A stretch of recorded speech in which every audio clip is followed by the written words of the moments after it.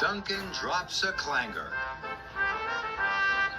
It was a busy time on the narrow gauge railway. It was the day of the county fair. The little engines puffed through the forests and valleys, getting ready for the big day. Rusty was taking freight cars full of flowers.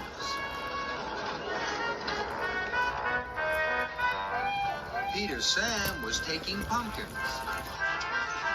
And Duncan had a very special job to do.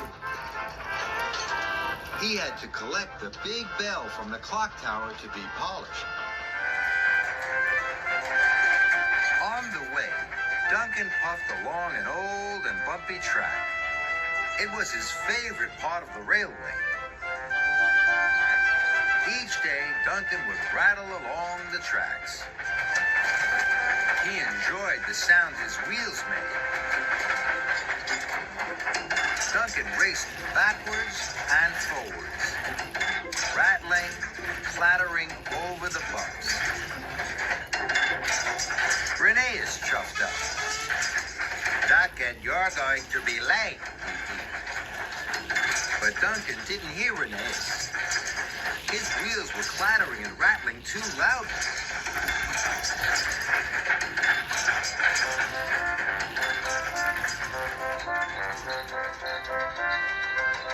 When Duncan finally arrived at the transfer yards, he was very late. And the foreman was cross.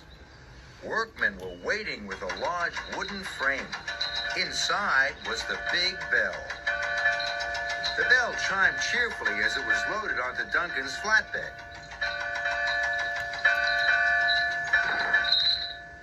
What a wonderful sound, peeped Duncan.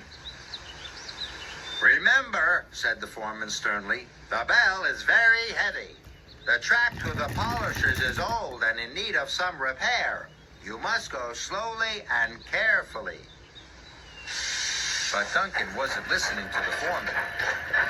He was enjoying the chiming of the bell.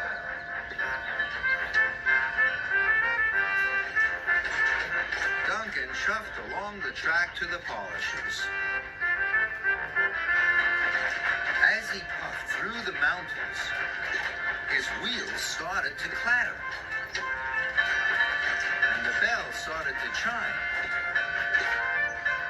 Duncan went faster. The bell chimed louder. With every bump and bend, it rattled and rang. It tinkled and clanged. Duncan liked this sound even more than the sound of his wheels. He was having a wonderful time. Whee! He wheezed, and the bell rang louder and louder. Slow down, called Rusty. But Duncan didn't hear. Hooray! Duncan hooted. Take care, chuffed Galloway. Whoosh! Whooped Duncan. The bell will come loose, puffed Mighty Mac. But still, Duncan didn't listen. He rattled on. The track was getting bumpier, and the bell chimed louder. Sir Handel was taking on water. He saw Duncan racing towards him. Hooray! Whistled Duncan. Slow down, hooted Sir Handel. The track ahead is very wobbly.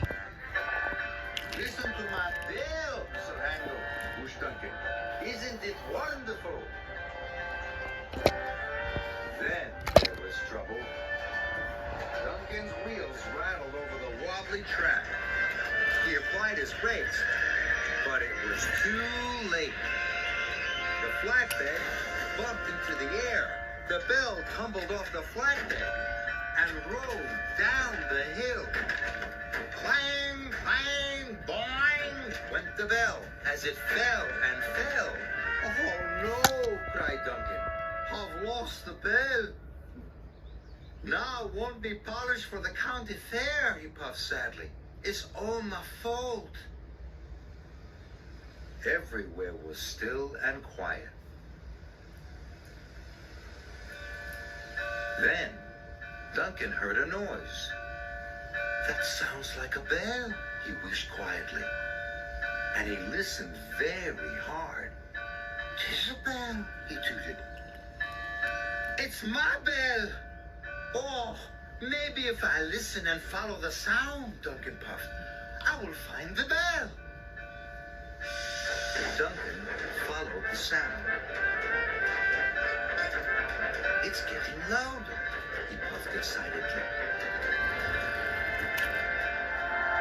At last, Duncan could see the bell. It was caught in a tree.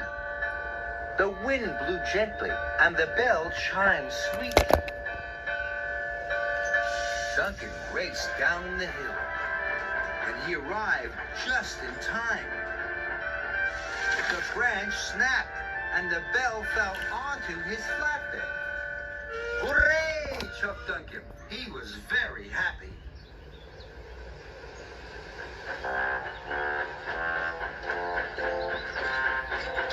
Duncan puffed to the polishers. This time he puffed slowly and carefully, just as he'd been told. Soon the bell was polished, and Duncan shoved slowly and carefully all the way back to the transfer yard. Duncan delivered the shiny bell just in time.